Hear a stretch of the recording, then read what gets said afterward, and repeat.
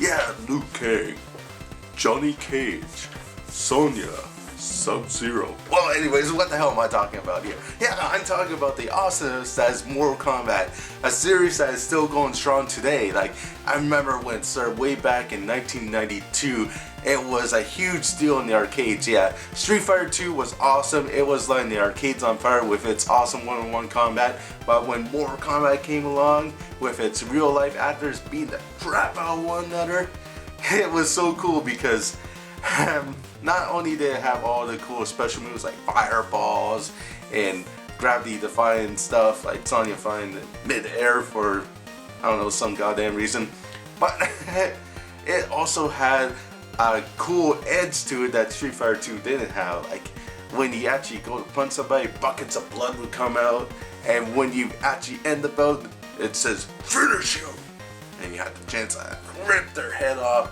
take out their spine. Hey, you got a heart there? No, you don't. I got it. Ah. It's awesome. Just so many cool secrets you can unlock, and a game became a huge blockbuster. And not only that, like there's tons of like spin-offs, 2 movies. I remember there was this live action series and theaters. You name it, there's tons of products out there, yeah, on Mortal Kombat. So the game was just a huge hit, and yeah, tons of sequels. And remember, back in the 90s and all that, one-on-one fighting games were huge, and the series is still going strong today. Like, look at this. I have 5 games based on Mortal Kombat just for like Xbox, PlayStation alone, and I would have more games here to show you, but I actually sold a lot of them at my store. That was so finally cool, and it got everybody talking for all the right and wrong reasons, and pretty much created a whole rating system in video games where, yeah, the ESRB rating system where you had to put things on the boxes saying, oh, this game is very violent, so you kiddies better not get it. Even though the kiddies bought it anyways. Oh, it was just huge, millions upon billions of dollars here. Why am I talking about Mortal Kombat here on a Turbo Tuesdays? Well, it's a very strange story, but yeah, would you believe it or not, but Mortal Kombat was almost an exclusive game for the Turbografx-16. Almost. So let's go back to 1992 when Mortal Kombat was a big thing in arcades, and Acclaim Entertainment, they got the rights to do the home port for the different home consoles, and they were shopping around, okay, who can I take this to get the most bang for my buck? And even though Acclaim didn't make any games for Turbografx-16, they were still shopping around and probably knew some of the people over at NEC of America who had like a shop there, and decided to, you know, do business and see if they can get Mortal Kombat exclusively on that console. And by that time, 1992, the Turbografx-16 was struggling to get a big, massive hit. Yeah, the Turbografx-16 was definitely flailing in sales compared to like the Super Nintendo and Sega Genesis, but if they got one big hit, maybe they can turn things around. And they were launching then a new system, the Turbo Duo. Okay, now the cool thing about the Turbo Duo is that you get a whole bunch of games with it, including the exclusive Super CD title Gate of Thunder. Now imagine if you, instead of Gate of Thunder, which is a good game on its own, but what I mean is that it has no name recognition.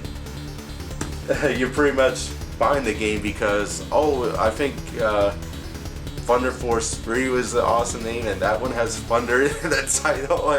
You're definitely reaching because Gate of Thunder is not a very well-known name, kind of like Keith Courage and Alpha Zones. It's not established, it's not a franchise yet. And if you put Mortal Kombat in the Turbo Duo, imagine how well it was. So it was so like crazy. But it didn't happen. Okay, now I've seen some articles on different websites. Details are very sketchy. Like, we don't know a lot of information on this, but it was true because representative named Steve Carwood of NEC of America was approached by Acclaim Entertainment to do Mortal Kombat at home, but first they had to get approval from NEC of Japan, the original creators of the Turbografx-16 and PC Engine.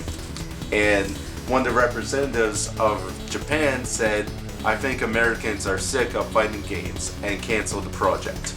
Yeah, I just have other one-on-one fighting games here that were very popular back in the 90s.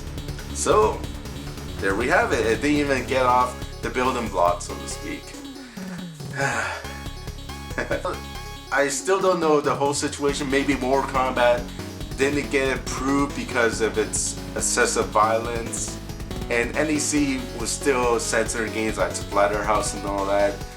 Street Fighter 2 over in Japan wasn't the big breakout hit that they were expecting. Yeah, I remember they made a huge 20 meg game of Street Fighter 2 and an excellent conversion of the arcade.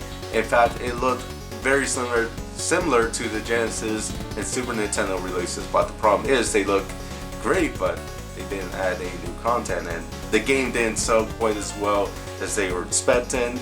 And maybe they were thinking, oh, Mortal Kombat, I don't think Americans are going to buy that quite that well too, might be too expensive to port. So many stupid reasons why the game got cock-blocked, so to speak. Because if Mortal Kombat was approved, there's no question the Turbografx-16 would have taken off like huge. You want to have the odd friend saying, "Oh, what's this system?" or "Oh, I never heard of the Turbografx-16 before. What the hell is that?" Oh, everybody would have heard of it. It would have lasted probably well into the late 90s or something, instead of being killed off in 93, 94. So yeah, there you have it. Mortal Kombat for Turbografx-16. Yeah, so this is just made up artwork, but this artwork is probably as close as we're ever gonna get. Yeah. So if you see a prototype that kind of looks like this, be sure to pick it up. Again, I don't know how far in development the game got. Probably it was just at the litigation stages. "Hey, we'll make Mortal Kombat for your system." AC's, "No, you're not." "Okay, we're out of here. Bye." Yeah, at least this cover art is a lot better than this cover art. Because, oh man, it would have been so awesome to play this game on this system. I see like tons of fans out there of Turbografx-16. It's such a great system. I see Spider1A, Splatter Trigger, GameSack, different videos on those great YouTubers and all. They sing the praises on the Turbografx-16, but you also got to question why the system failed. Why did it do as well as like the Super Nintendo and Sega Genesis? And yeah, definitely getting Mortal Kombat on the Turbografx-16 would have helped a great deal. Like, one-on-one fighting games were huge back then. Yeah, and that's it.